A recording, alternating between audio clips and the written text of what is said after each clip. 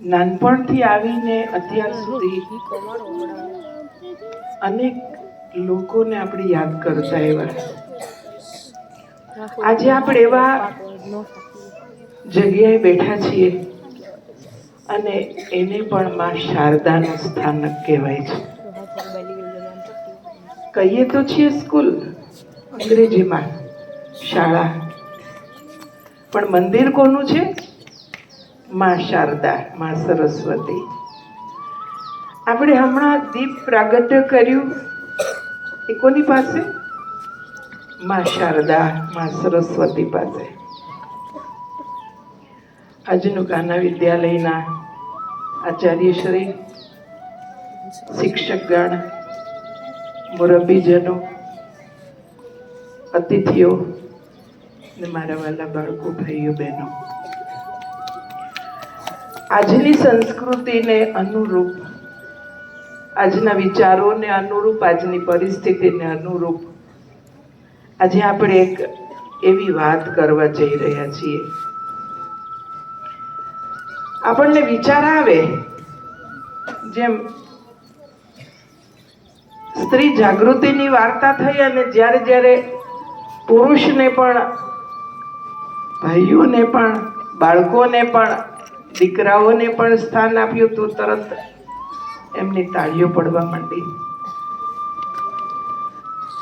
આજે આપણને એક પ્રશ્ન થાય કે મહિલા દિવસ ઉજવાય,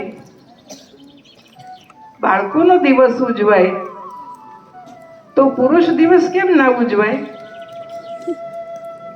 પણ ના ઉજવાય. લખણ કોટા હોય કેમ ના ઉજવાય? કારણ આપણે નાના હતા ત્યારથી ભગવાનને પણ આપણે તુમિયો માતા પિતા તુમિયો કહેતા. આગળ આવ્યા ત્યારે આપણે માતાને પણ ગુરુ શબ્દ વાપર્યો કે ઘરમાં એક માતા સન્નારી એ 100 શિક્ષકની ગરજ સારે, તો એને પણ આપણે માતા કીધું. સંસારની વિવિધ ક્ષેત્રોમાં પણ આપણે માતાઓ, સન્નારીઓ, મહિલાઓને સ્થાનક આપ્યું. અને એટલા માટે આપ્યું કારણ કે સમાજ બે વિભાગનો બનેલો છે, અને એક વિભાગ સ્ત્રી, એક પુરુષ, અને એમાં વચ્ચે થોડોક એવો સમય આવ્યો જેમાં નારીનું સન્માન, એની જાગૃતિ, એની પરિસ્થિતિઓ, એની સમસ્યાઓ, એમાં થોડોક અવરોધ આવ્યો. પણ આ નારીઓ ફરી પાછા ઉત્થાનના માર્ગમાં આવી ગઈ. અને એમાં સંસારના બંને પાસાઓનું ખૂબ સ્થાનક છે. એકલી નારી આગળ વધી ન શકે, એકલો પુરુષ આગળ ન વધી શકે. કારણ આપણી અંદર જે ચેતના છે એ ચેતનાને આપણે જાગૃત કરી દઈએ તો સ્ત્રી પુરુષના કોઈ ભાન ન રહે. આપણે જ્યારે અહીંયા દુનિયામાં કેટલી વાર્તાઓ કરીએ છીએ, યાદગારો કરીએ છીએ, ત્યારે પણ સ્ત્રીની વાર્તા કરીએ છીએ. સ્ત્રીને આગળ, સ્ત્રીને પાછળ. વાસ્તવની અંદર આ સંસાર એક એવું છે જેમાં આપણે બધા એક કાર્ય કરવા આવ્યા છીએ. આ કાર્ય કરનાર જ્યારે પોતાને સમજી લે તો આપણે બધા જ, સ્ત્રી હોય કે પુરુષ, આપણે આગળ આવી શકીએ છીએ.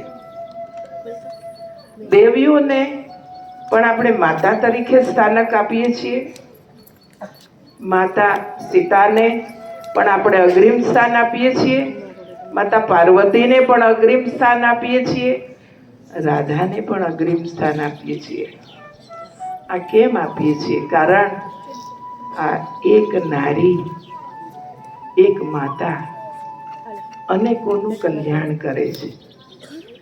આ એક માતા અને એક નારી અનેકોને આગળ લાવે છે. અને એટલા માટે આજે આપણે આ એક એવા વિદ્યાલયના સ્થાનકમાં બેઠા છે જ્યાં કાના વિદ્યાલય અને જેને સંભાળનારી પણ કોણ છે? એવી બે માતાઓ છે. એક માતાએ જન્મ આપ્યો, બીજી માતાએ પાલના આપી. તો આ એવી માતાઓ છે કે જેમણે ત્યાગ, બલિદાન, સ્વાર્પણની સંસ્કૃતિ સમાજમાં ફેલાવી. આપણે આજના દિવસે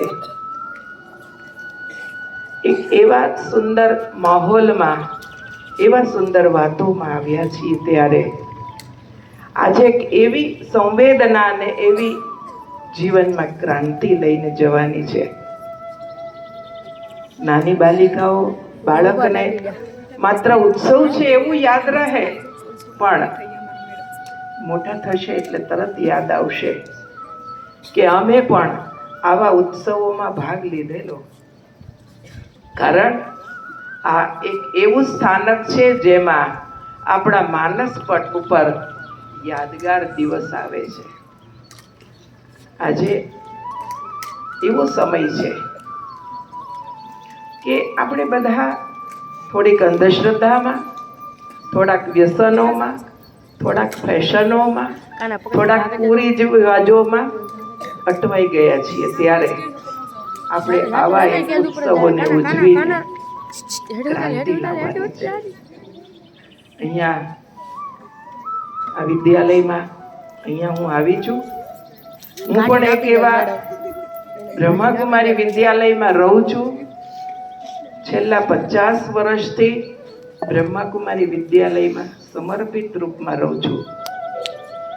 આ એક એવું વિદ્યાલય, તમે તો એમ કહેશો કે આ વિદ્યાલયમાં ભણી લીધું એટલે છોડી દેવાનું, પણ હું એવા વિદ્યાલયમાંથી આવીશ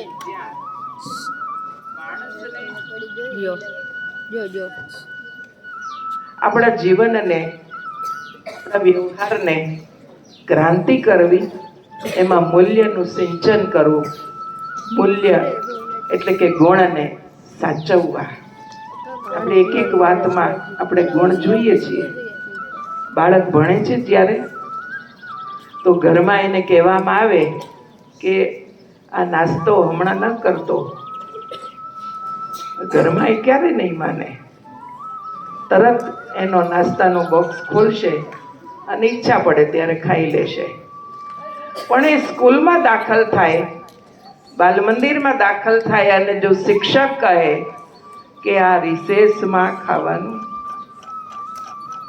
હમણાં નહીં ખાવાનું, ઈચ્છા હોય, આતુરતા હોય, ગમતું હોય, ભાવતું હોય, તો પણ એ સંયમનો પાઠ ભણે.